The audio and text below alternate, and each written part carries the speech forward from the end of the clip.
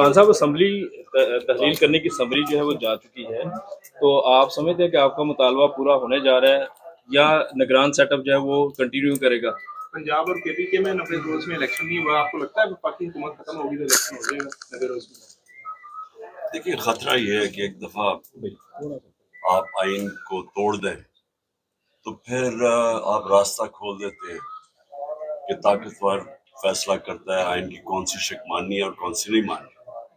تو یہ خدشہ ہے ہمیں، کیونکہ 14 مئی کو آئین کے مطابق سپریم کورٹ کے مطابق الیکشن ہو جانا چاہیے تھا پنجاب میں، لیکن دیکھا کسی ابھی یہ جو کیئر ٹیکر گورنمنٹس ہیں یہ غیر آئینی ہے.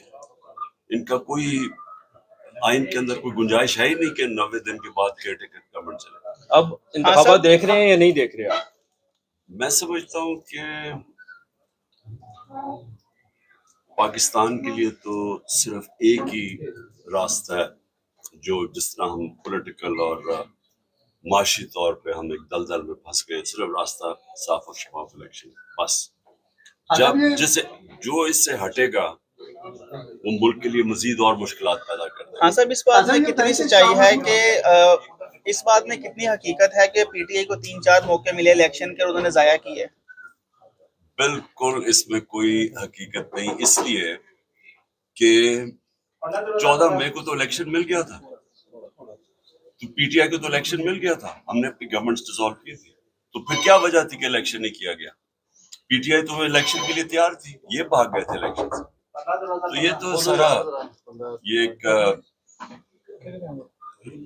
دھوکہ تھا کہ ہم آپ کو الیکشن دے رہے ہیں لیکن الیکشن دینا نہیں چاہتے. خان صاحب وزیر اگر آئین کے مطابق 14 مئی کو الیکشن نہیں دیا انہوں نے تو پھر کون سے انہوں نے کہہ رہے ہیں کہ جی موقع ملے تھے. خان صاحب آپ کس کو وزیر اعظم نامزد کرتے ہیں؟ نگران وزیر اعظم کس کو نامزد کریں گے؟ آپ کس کو سمجھتے ہیں کہ نگران وزیر اعظم آنا چاہیے؟ دیکھیے کیئر ٹیکرز کا تو سارا جو مقصد تھا کہ وہ نیوٹرل ہوں گی، اس کا تو مقصد انہوں نے اس کی دھجیاں اڑا دی. یعنی کبھی بھی ایک ملک کی اخلاقیات اس طرح تباہ نہیں کی گئی جس طرح کا کیئر ٹیکر یہ لے کے آئے. کبھی ایسا نہیں ہوا. ہارون رشید صاحب نے کہا ہے کہ آپ کو شاہ قریشی پہ بھی اعتبار نہیں ہے، اس وجہ سے کیا کہتے ہیں آپ کو اعتبار نہیں ان کے اوپر؟ ہارون رشید نے اپنی بات کہا ہوگا، یہ میرا نہیں خیال.